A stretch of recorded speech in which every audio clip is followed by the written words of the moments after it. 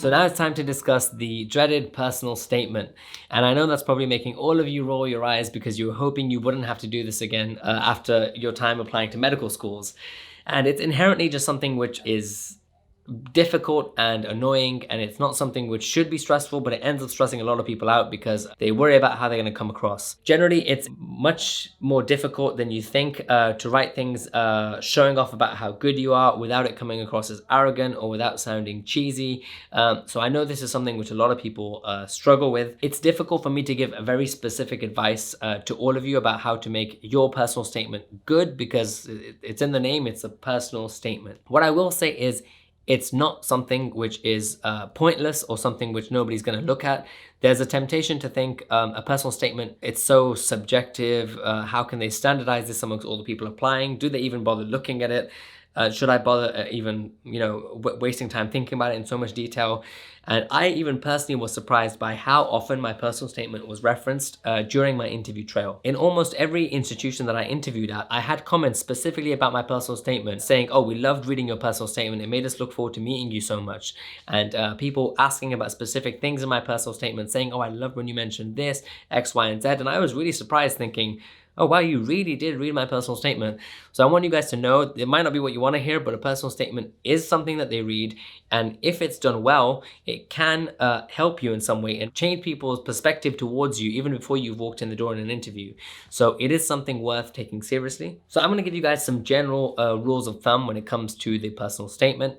What I will say about the personal statement is it's something that it's hard to get very right if you're not naturally quite a good writer or you don't have access to someone who's a good writer.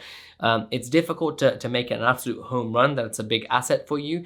But the real important thing is to make sure it's not something which deters people from you. So you want to make sure that worst case scenario, it is a neutral account of who you are and that just ticks the general boxes and it's not going to do anything to harm you. Whereas there are some cases where if, for example, you write things with poor grammar or you have typos in your personal statement, especially as an IMG, what you're going to do is reinforce a lot of the negative stereotypes about you, and they're going to automatically think this person isn't even proficient in their English when it's written and they have time. I wonder how they're going to be able to communicate to us and to other patients. So that's something which you have to be very, very careful about because it can cause a lot of damage to you if it's not done properly. As a rule of thumb, it should be around about 1 page long. And when I say 1 page, I don't mean kind of, Times New Roman, 1 page, size 12.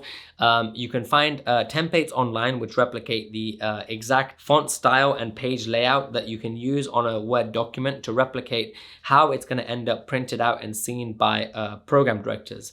So what you want to do is aim for just one size of A4 in that font and page border format that you can find online at the point in time when you're applying because it does change.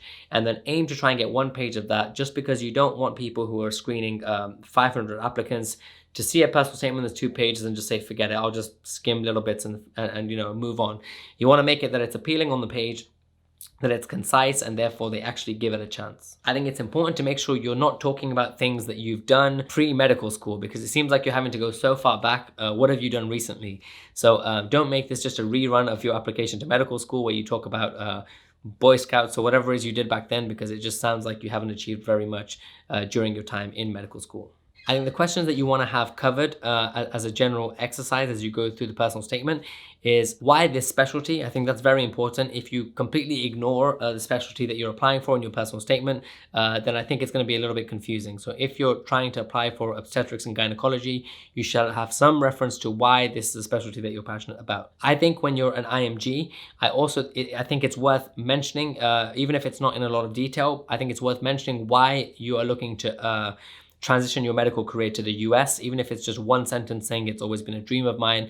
I think that should be made explicit in the personal statement. I think you also want to mention any research experience that you have and maybe a little bit about your hobbies and interests, even if it is, again, one line or 2 lines, just to show that you're somebody who has more of a life and you're a 3-dimensional human being, not just someone who's focused in on these specific metrics and their medical education. The thing that you may not realize about personal statements is that you are actually allowed to write different personal statements and send a different personal statement to every program you apply to. So if you're applying to every medicine program in the country, you could in theory write 350 different personal statements and send a specific personal statement to each different program you apply to. Now, American graduates never do this, but what I think is, within reason, say you have a top tier of like 50 or 60 places that you think are a higher priority for you than the rest. I think it should be considered the gold standard to tweak your personal statement very slightly, not wholesale changes for each program, but very slightly. Say if it's 1 or 2 sentences mentioning something about the specific city or something about the specific hospital or training program, the local community, that makes it very appealing to you, and that being the reason why you want to apply for that residency. So a lot of people don't do that, but I remember I was at one of my interviews even, and I mentioned, oh, this is a program, you know, that I really love, and they said, oh, we know, I mean, we saw in your personal statement that you even named us, and I was thinking, yeah, I did, because I mean, I did it for everyone, but like, that's not to say it was insincere. I did actually find a point that would make me excited to train at that program, but it does just show an extra layer of commitment and interest, which programs do appreciate, because they want to know that you have thought about it and you haven't just anonymously selected every place and sent those.